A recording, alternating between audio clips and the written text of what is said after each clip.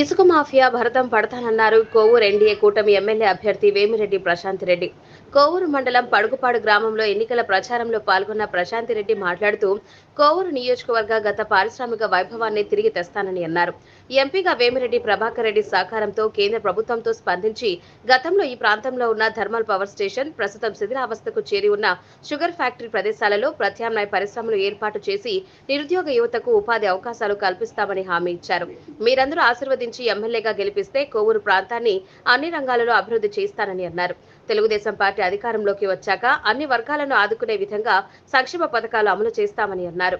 ఉచిత ఇసుక, మహిళలకు ఉచిత బస్సు ప్రయాణం, ప్రస్తుతం 3,000 ఉన్న వృద్ధాప్య పెన్షన్ 4,000కు పెంచడం, వికలాంగులకు నెల నెల 6,000 పెన్షన్, తల్లికి వందనం పేరిట చదువుకునే ప్రతి విద్యార్థికి ఏడాదికి 15,000 రూపాయలు లాంటి సమాజ స్థితిగతులను మార్చే సంక్షేమ పథకాలు అమలై పేదరికం దూరం కావాలంటే తెలుగుదేశం పార్టీని గెలిపించాలని అన్నారు. పేదల బతుకుల్లో వెలుగులు చూడడమే లక్ష్యంగా పాలన చేసే చంద్రబాబు నాయుడుని ముఖ్యమంత్రి చేసుకునే బాధ్యత మనందరిపై ఉందని అన్నారు. సైకిల్ గుర్తుపై ఓట్లేసి తనను ఎమ్మెల్యేగా, వేమిరెడ్డి ప్రభాకర్ రెడ్డిని ఎంపీగా అత్యధిక మెజార్టీతో గెలిపించాలని. విస్తరణలో భాగంగా ఇల్లులు కోల్పోయిన బాధితులకు పక్కా ఇల్లులు లేవని, తప్పకుండా పక్కా ఇళ్ల గృహాలు కేటాయించేలా ప్రత్యేక చొరవ తీసుకుంటానని మీ అందరికీ మాటిస్తున్నాను. గతం పెద్ద పడుగుపాడు శ్మశాన వాటికను కబ్జాకి గురికాకుండా చుట్టూ ప్రహరీ గోడ కట్టించి గది నిర్మాణంతో కూడిన కనీస వసతులు ఏర్పాటు చేస్తాను.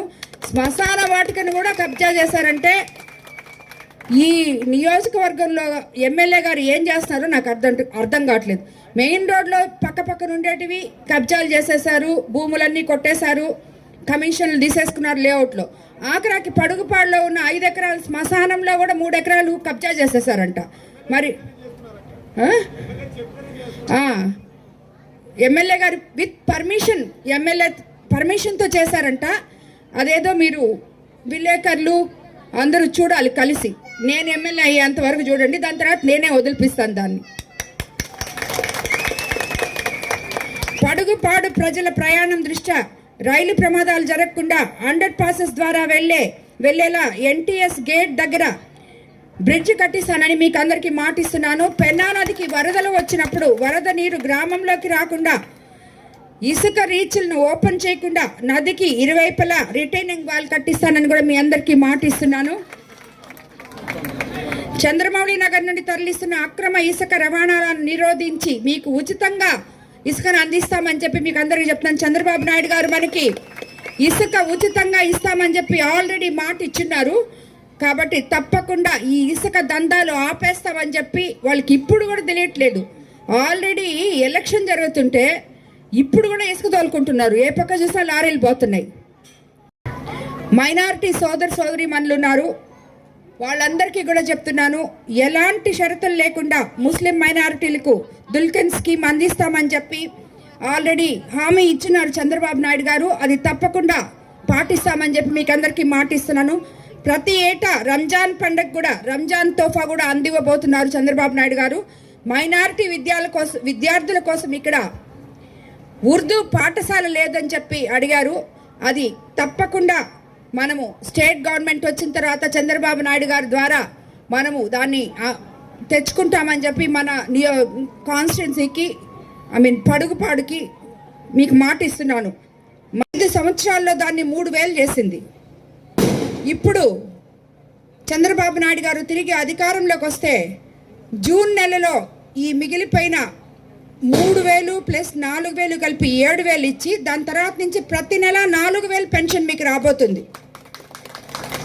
అలాగే వికలాంగుల పెన్షన్ 6,000 రాబోతుంది.